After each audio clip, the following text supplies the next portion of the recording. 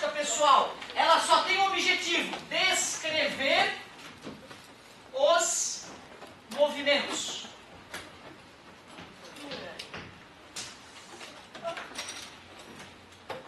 Agora, olha só. Vou me movimentar aqui na frente de vocês. Como é que eu posso descrever esse movimento? Como é que eu vou escrever no livro lá para outra pessoa ler e entender o que aconteceu aqui na frente de vocês? Eu tenho que usar a ideia de velocidade. Eu tenho que usar a ideia de distância. Eu tenho que usar a ideia de posição. Tempo.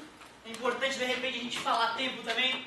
Ou seja, meus amigos, tu vai descrever: o professor partiu do lugar tal. Como é que tu vai dizer que lugar é esse onde eu estou?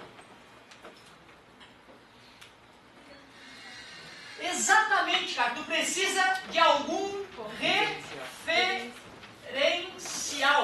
Se tu não tiver um referencial, tu não tem como descrever a posição de alguém. Eu poderia usar a porta. Eu poderia dizer: o professor está a 4 metros da porta, quando começou a andar em direção à porta e parou a 2 metros da porta.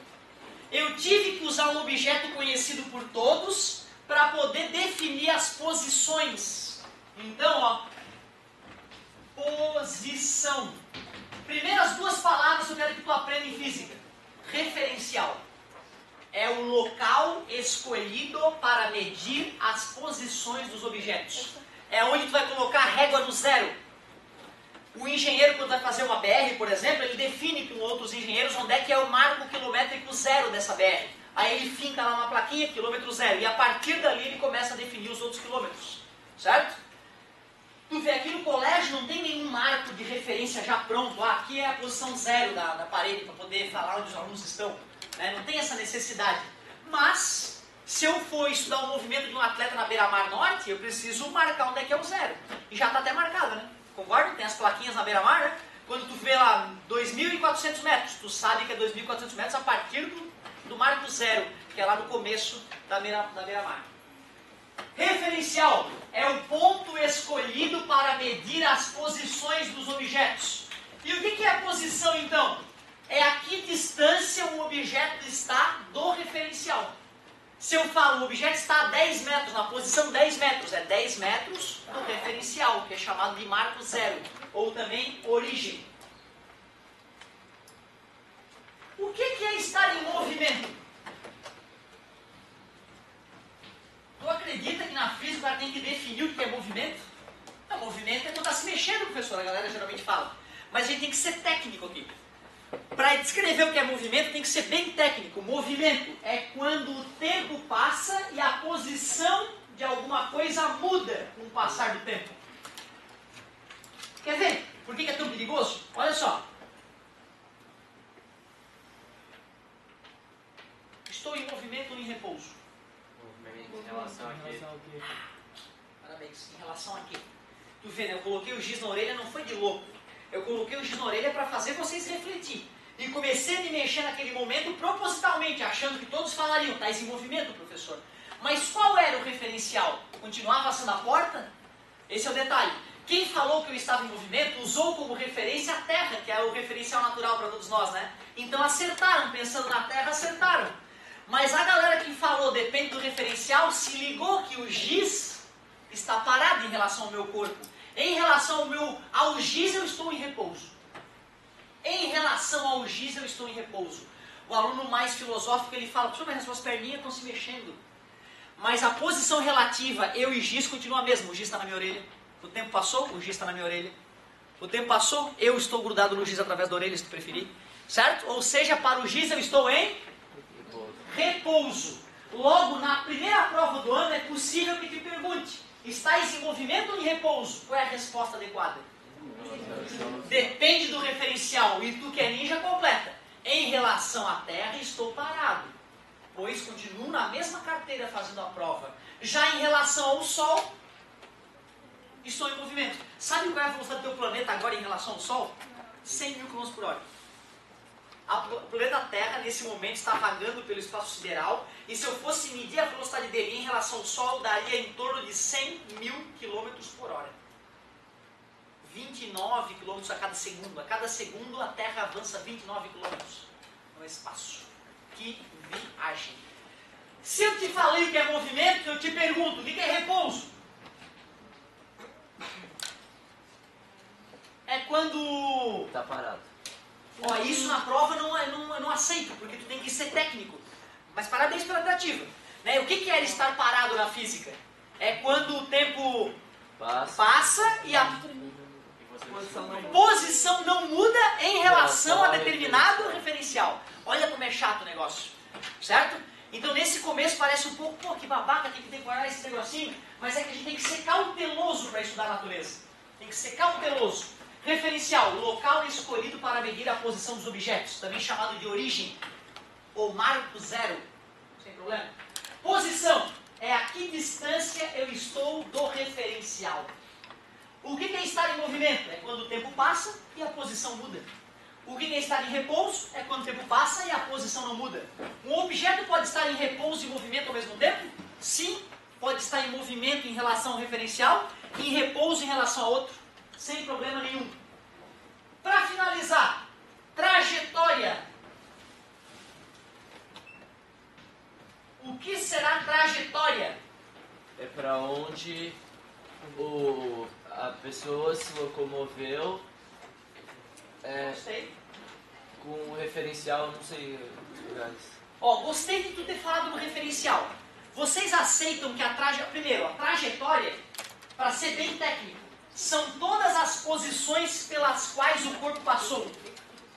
No quadro tem um bom exemplo de trajetória. A escrita é a trajetória do giz no quadro. Tu concorda que aquelas marcas que ficaram no quadro foi por onde meu giz passou? Aquilo é trajetória. A escrita é uma trajetória da caneta no papel. Trajetória é a marca de óleo que o carro vai deixando. Ou uma freada. Ih, ficou a marca definindo a trajetória do carro. Ou as pegadas dos namorados na praia, olha que beleza. Trajetória é por onde o corpo passou. E aí o amigo, ao tentar falar trajetória, ao tentar participar mais uma vez, e eu fico orgulhoso, ele falou, tem alguma coisa a ver com referencial. Ele falou referencial. Eu pergunto a vocês, será que a trajetória depende mesmo do referencial? Vamos ver. Estou eu aqui, passando, e de repente eu deixo algo cair.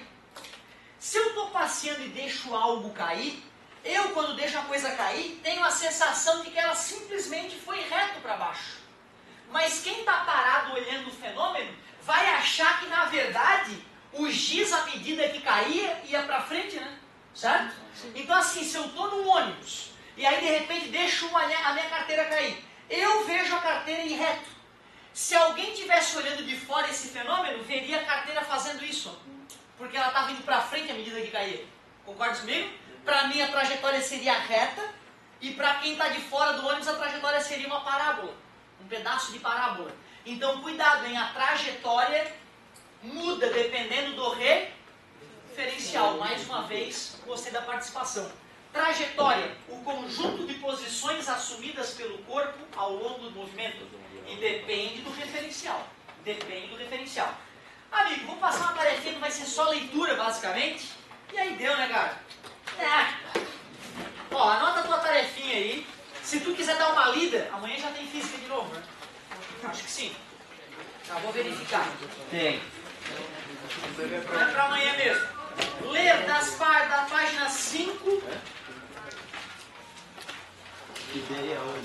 a 8.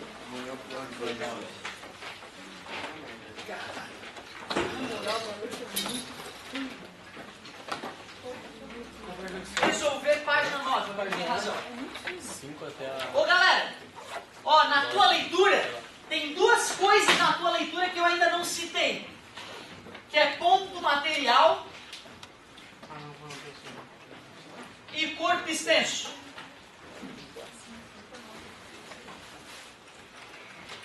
Primeiro eu vou te mostrar o que a maioria dos leigos conclui quando lê aquelas palavras. O leigo, quando lê ponto material, ele pensa numa coisa pequenininha, tamanho de um ponto. E quando ele lê corpo extenso, ele pensa em algo grande. Cuidado, ele não é bem assim. Ponto material é quando as dimensões são desprezíveis.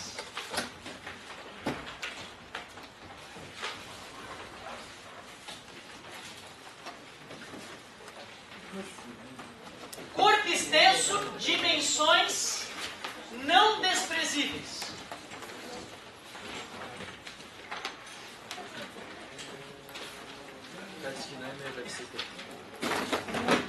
Quer ver uma coisa? Tu acha que a Terra, o planeta Terra, é um ponto material ou um corpo extenso? Claro, a gente está olhando a Terra aqui, meu Deus, bota extenso nisso, né? Se eu for analisar, por exemplo, um meteorito caindo na Terra, dependendo do tamanho do meteorito, eu vou ter que calcular exatamente aonde ele vai bater para poder descobrir o estrago que isso vai acontecer. Então, ao analisar a Terra recebendo um meteorito, ela é um corpo extenso. Agora imaginem vocês que a Terra fosse tragada por um buraco negro. Tu acha que o tamanho da Terra ia ser importante para esse fenômeno? Cara, tem buraco negro que traga galáxias inteiras. O fato de a Terra ser um pouco maior ou um pouco menor, ter 13 mil quilômetros de diâmetro, né? A Terra no Equador ela tem 13.065 quilômetros de diâmetro. Isso não fede nem cheira. Ou seja, teu próprio planeta, dependendo da situação, pode ser considerado um ponto material. Quando eu vou calcular a órbita da Terra em torno do Sol, a órbita é tão gigantesca comparado com o planeta que eu ignoro o tamanho do planeta. Parece um ponto girando em torno do Sol. Então tu vê, o próprio planeta pode ser um ponto material ou um corpo extenso, depende da situação envolvida. Uma bactéria, tu acha que é um ponto material ou um corpo extenso? Se eu for analisar o movimento de uma bactéria, eu posso entender como um ponto material. Agora imagina que eu vou estudar as organelas da bactéria. Pô, eu tenho que saber a dimensão do complexo de Golgi dela, dos ribossomos, e aí já virou um corpo super extenso. Até uma bactéria pode ser um corpo extenso. Ou seja, é só medir o tamanho? Não. É saber em que contexto aquele objeto está sendo estudado. Show! A tua leitura só vai repetir tudo o que eu falei. Qualquer coisa que tu não entenda na apostila, sublinha e traz para a sala de aula para a gente discutir. Adorei a participação de vocês. Até amanhã, galera. Muito obrigado. Podem guardar o material. Se alguém tiver alguma dúvida, pode chamar nesses minutos finais aí.